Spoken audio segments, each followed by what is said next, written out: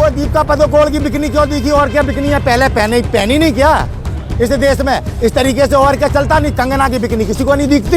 ये पागल लोग हैं जिनका दिमाग खराब हो गया है। पठान मूवी का विरोध करने का कोई मतलब ही नहीं बनता। जेएनयू में जिन बेटियों के ऊपर अत्याचार हुआ दीपिका पादुकोण मिलने आई तो गलत बात थी क्या? तरीके से पठान मूवी का विरोध किया जा रहा है, कहा जा रहा है कि देश भर में इसको रिलीज नहीं होने देंगे, क्या सोचते हैं आप? ये पागल लोग हैं जिनका दिमाग खराब हो गया है। पठान मूवी का विरोध करने का कोई मतलब ही नहीं बनता। आज हमारे देश में अपने आप को पॉपुलर करने के लिए कुछ संगठन, तमाम वे लोग जो हिंदुत्व का नारा लगाते हैं, तमाम वे लोग जो नफरत की बात फैलाते हैं, वो ऐसी चीज़ों को लेते हैं। इसका मेन कारण क्या है? जब जेएनयू में विवाद हुआ था, आप लोगों को याद होगा, बेटियां मारी गई थी, पीटी गई थी। एक बेटी थी, उसके सिर पे चोट उठाई थी, क्या नाम था उसका? आयशा जब पीड़ित थी तब दीपिका पादुकोण जी उससे मिलने जेएनयू में आई थी। तो दीपिका पादुकोण जी के खिलाफ आपने देखा होगा फेसबुक पर कितनी अभद्र टिप्पणियां की। ये लोग खुद को राष्ट्रवादी कहते हैं जो एक पंडितानी के खिलाफ इस तरह की बात करते हैं। जेएनयू में जिन बेटियों के ऊपर अत्याचार हुआ दीपिका पादुकोण मिलने आई तो गलत बात थी क्या?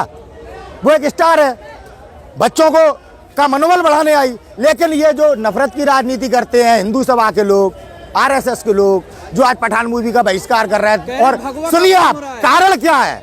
वो दीपिका पादुकोण की बिकनी क्यों दिखी और क्या बिकनी है? पहले पहनी नहीं क्या इस देश में इस तरीके से? और क्या चलता नहीं? कंगना की बिकनी किसी को नहीं दिखती? कंगना रनावत है या नहीं है? कह रहे जब चल गया आप नहीं चलेगा। अरे यार क्यों नहीं चलेगा? इनके बाप का देश थोड़ी है यार, क्या जिनकी बपौती है? मोदी बाप होगा आरएसएस का, मोदी बाप होगा संबित पात्रा का, मोदी देश का बाप नहीं है। समझ में आया? ये देश सबका है, किसी की बपौती नहीं चलेगी कि आप जो तय करेंगे वो पहनेंगे, ये देश में नहीं चलेगा। समझ में आया? ये पागल लोग हैं, इन लोगों की बात पे हम और आप चर्चा कर रहे हैं। ये हम और आप इनसे बड़े पागल हैं। ऐसे लोगों को महत्व नहीं देना चाहिए, लेकिन आज मीडिया गुलाम है। आज अंजना ओम कश्यप सच्चे हिंदुओं देखने नहीं, वो आतंकवादी है यार, पागल औरत है वो, उसने बम फोड़ के लोग मारे मालेगांव बम ब्लास्ट में यार। आप वो भगवा पहने हैं, इसके ऊपर कोई इस देश में राजपूत बोल नहीं पाएगा भगवा के मान सम्मान में। अगर आपको दीपिका पादुकोण के कपड़ों में मान सम्मान दिखाई दे रहा है कि अपमानित हो रहा है, तो एक आतंकवादी भगवा पहन के हमारे धर्म को अपमान कर रही है, हमारे सनातन धर्म का अपमान कर रही है, इसके खिलाफ बोलने में माँ का दूध नहीं पिलाया क्या किसी को? कोई राजपूत, कोई छत्री नहीं बचा। अरे मन से बोलने की क्या बात है यार, बेवकूफ बना रहे हो। एक व्यक्ति को आप इस देश में धर्म के नाम पर इतना टारगेट करो कि वो व्यक्ति घर से निकलना बंद कर दे। ये किस तरह की राजनीति हो रही है हमारे देश में? आज शाहरुख खान का नंबर है, आप देखिए उत्तर प्रदेश में कल परसों में बलवंत सिंह सेंगर को पुलिस थाने में पीट के मार दिया गया। अब उन जिन थानेदारों ने मार दिया पीट के, वो हत्यारे हैं, उनके घर पे बुलडोजर क्यों नहीं चल रहा? आज हमारे साथ भी वही हो रहा है ना जो मुसलमानों के साथ हो रहा है, हम हिंदुओं के साथ भी। हम क्यों बेवकूफ बनने हैं? हम क्यों बेवकूफ बनने? हमारे उत्तर प्रदेश में सपा प्रवक्ता के मुंह से कुछ बात निकल गई। भदौरिया साहब है, हमारी बिरादरी के ठाकुर साहब है, हम भी ठाकुर हैं, उनके घर पे खुड़की का वारंट लगा दिया। और जिन पुलिस वालों ने बलवंत सिंह सेंगर की हत्या कर दी थाने में पीट के, उनके घर पे बुलडोजर कब चलेगा? मुसलमान के घर पे बुलडोजर चलाने में योगी जी को समय नहीं लगता है। क्या मुसलमान देश का नागरिक नहीं है? संघी की एक जान नहीं गई देश की आजादी में, मुसलमानों ने बलिदान दिया देश की आजादी की लड़ाई में। हमारे महाराणा प्रताप जब चित्तौड़ के लिए लड़ रहे थे तब अफगानी मुसलमानों ने हमारे किले पे जान दी है। हम जानते हैं सत्य क्या है। ये कौन है जो आज हमें हमारे देश में नागरिकों के घर तोड़ रहे हैं? घर नहीं तोड़ना चाहिए किसी का। अगर आप न्याय नहीं कर सकते और हमें न्याय के साथ खड़ा होना पड़ेगा। आज उद्योगपति आज धंधा नहीं कर पा रहे। आज पता उत्तर प्रदेश में जीएसटी की रेट के मारे जिन्हें जीएसटी, जो लोग जीएसटी के लाभ गिनवा रहे थे, आज अपनी दुकानों में ताला डाल के बैठे हैं, ताला डाल के बैठे हैं। भाई साहब, योगी जी एक झूठे आदमी, मोदी जी एक झूठे आदमी है। ये हमारे देश का दुर्भाग्य है कि ये हमारे देश के महत्वपूर्ण पदों पर बैठे हैं। आपको ये बात देशवासियों को समझनी होगी। अगर आप इस समस्या का समाधान नहीं करेंगे तो कुछ भी कर लो, आने वाले दिनों में आपके बच्चों के तन पे कपड़े नहीं होंगे, आपके बच्चों के पास शिक्षा नहीं होगी। आप अगर सही मार्ग पे नहीं चलेंगे। ये भैया जी कहीं का नाटक, डेली ड्रामा, दो लड़कियां वहां पे लड़ा रहा है, आपस में भिड़ा रहा है, उल्लू बना रहा है। मुद्दे की बात कर। चाइना को आंख दिखाने की बात की थी, चाइना ने घर बना ली है हमारी सरहद पे, हमारे अंदर घुसे आया। पंडित जवाहरलाल नेहरू के शासन में घुसा नहीं था, लड़ गए थे हम पे साधन नहीं था, लड़ गए थे। आज साधन है, राफेल है, कहाँ राफेल चलाए का कनाट प्लेस। स्ट्राइक हो जाती है। अरे काय की झूठी सर्जिकल स्ट्राइक, एक कौआ हमारा आया था फोटो में, जिस जगह पे बड़े लोग मारे जाते हैं वहाँ एक तस्वीर आती है। वैसे पाकिस्तान की बिरयानी खाने का तस्वीर आ गई मोदी जी की, इतने आतंकवादी मारे एक तस्वीर नहीं आई। हम क्या देश के नागरिक भूखे नंगे बेवकूफ नहीं है, ये भारत है, यहाँ पे विवेकानंद जैसे बुद्धिजीवियों ने जन्म लिया है। ये पागल लोग जो हिंदू के और मुसलमान के नाम पे हमें पगलाने में सफल हो गए। बाबा रामदेव का अन्ना हजारे का आंदोलन इसी दिल्ली में हुआ और दिल्ली की जनता बेवकूफ बनी। अरविंद केजरीवाल नुकसान कांग्रेस का करता है, भाजपा का नहीं। जहां भाजपा नहीं आ सकती वहां वो जाता है और कहीं पे उसकी जमीन है ही नहीं। हम बन रहे हैं ना, तो आज हमारे बच्चे, हाँ सच कह रहे हैं हम, सच को समझना पड़ेगा। वो लालच देता है फ्री का, वो टैक्स लगा के वसूल करता है।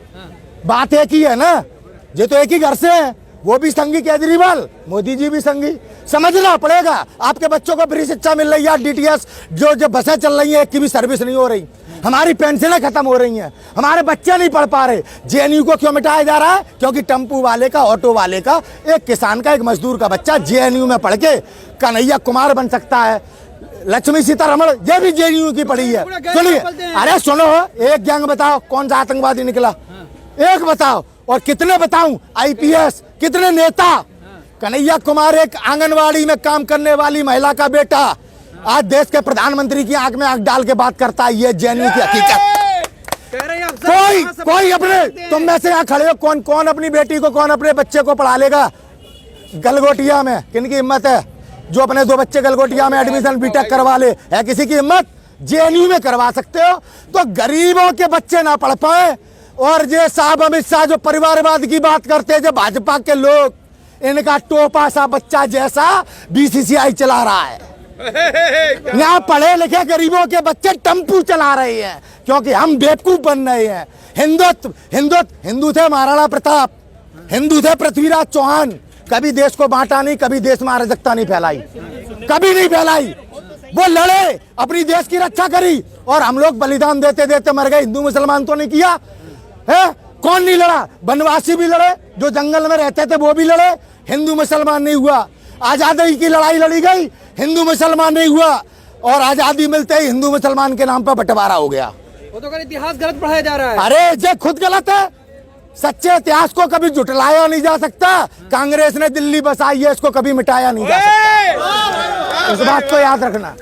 इस बात को केजरीवाल ने अपडेट कर दी है। जैसे आपका सॉफ्टवेयर अपडेट मांगता है ना, फेसबुक अपडेट कर लो, इनने केवल अपडेट कर दिया है। जो हमारी जरूरतें थी उनको पूरा कर दिया। केजरीवाल ने कौन सा झंडा गाड़ दिया? केजरीवाल बताए।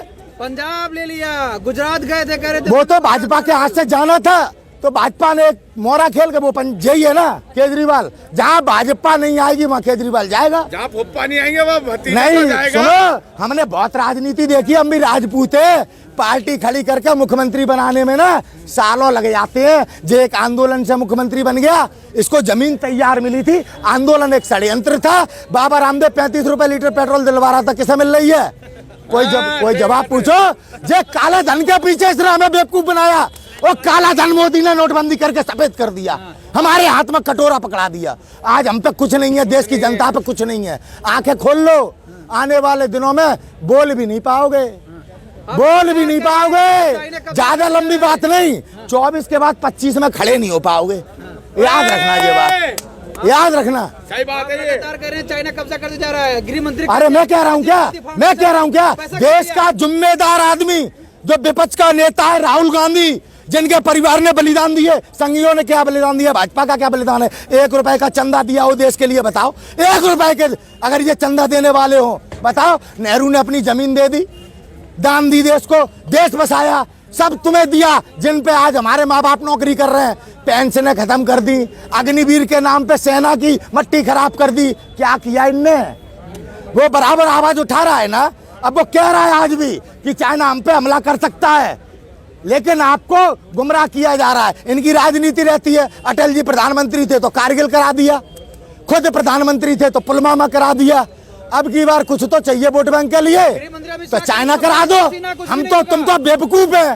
तभी अंग्रेज क्या क्या गए थे, इंडियन आर फूल, क्या क्या गए थे उसे याद करना। क्यों क्या क्या गए थे, क्यों क्या क्या गए थे, और जो अंग्रेजों के सामने समर्पण करके आए माफी मांग के, ये सच मत भूलना। बस महाराणा सिखा के गए हैं, कुछ बलिदान हुआ है, बहन बेटियों ने बलिदान दिया है, माताओं ने बलिदान दिया है, तब आजादी मिली है।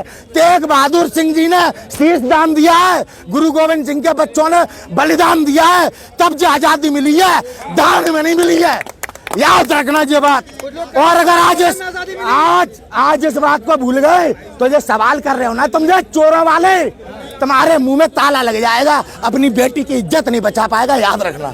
बस इससे ज्यादा कुछ नहीं। That's all. जय सिया राम।